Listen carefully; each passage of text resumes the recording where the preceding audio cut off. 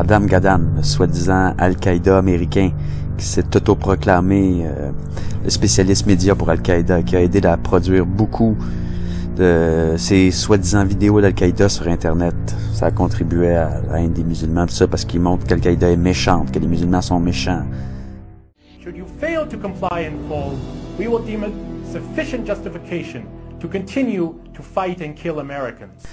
Et puis on a finalement découvert que le véritable nom d'Adam Gaddan était Adam Perlman, qui n'était pas non seulement juif, mais aussi le petit-fils d'un membre du conseil de l'Anti-Defamation League.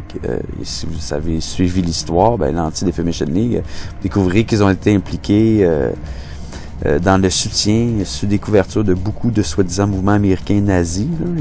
Il s'est avéré en fait que durant la Seconde Guerre mondiale, il y avait eu le scandale du chef du parti nazi américain, qui regroupait un total de 6 membres, mais pourtant qui avait une large couverture de la presse, et puis qui avait été arrêté pour détournement de fonds de des sponsors qui se sont révélés être l'ADL, l'Anti-Defamation League. C'est ainsi que ça a explosé à la figure que Adam Perlman, qui fait des apparitions du genre « Je suis de Al-Qaïda ».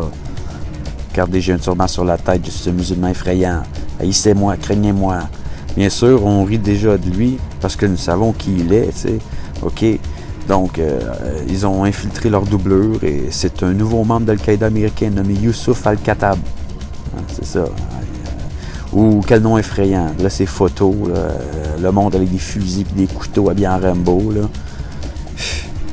Avec un couteau à la main. Puis il est supposé avoir ce site web aussi, le Revolution Muslim, avec des images du genre, la statue de la liberté avec une hache plantée derrière la tête. Je veux dire qu'il n'y a pas les idées sur les moyens, pour ne pas dire qu'il a exagéré. Il y a aussi un spectacle de marionnettes parodiant la décapitation de Daniel Pearl.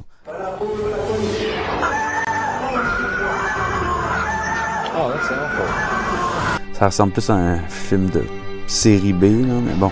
Donc, il s'est avéré que c'est un autre faux. Imaginez-vous, son véritable nom, c'est Joseph Cohen. He's a 39-year-old New York City taxi driver, as you mentioned. He calls himself Youssouf Al-Khattab, but he was born Joseph Cohen here in America. He is a Jew who can... C'est un autre prête-nom fabriqué de toutes pièces pour essayer de convaincre les Américains qu'Al-Qaïda est en fait en Amérique du Nord pour justifier la surveillance des citoyens américains. Lire leurs messages personnels, leur email, leur appel téléphonique, c'est ça, parce qu'on sait pas, hein, avec Al-Qaïda aux États-Unis, ce n'est pas un faux, il est là, il essaie de créer un ennemi qui en fait n'existe pas.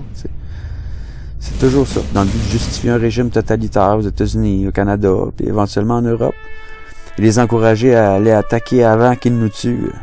C'est ça, ils sont à nos portes, nous devons aller les bombarder, ayez peur.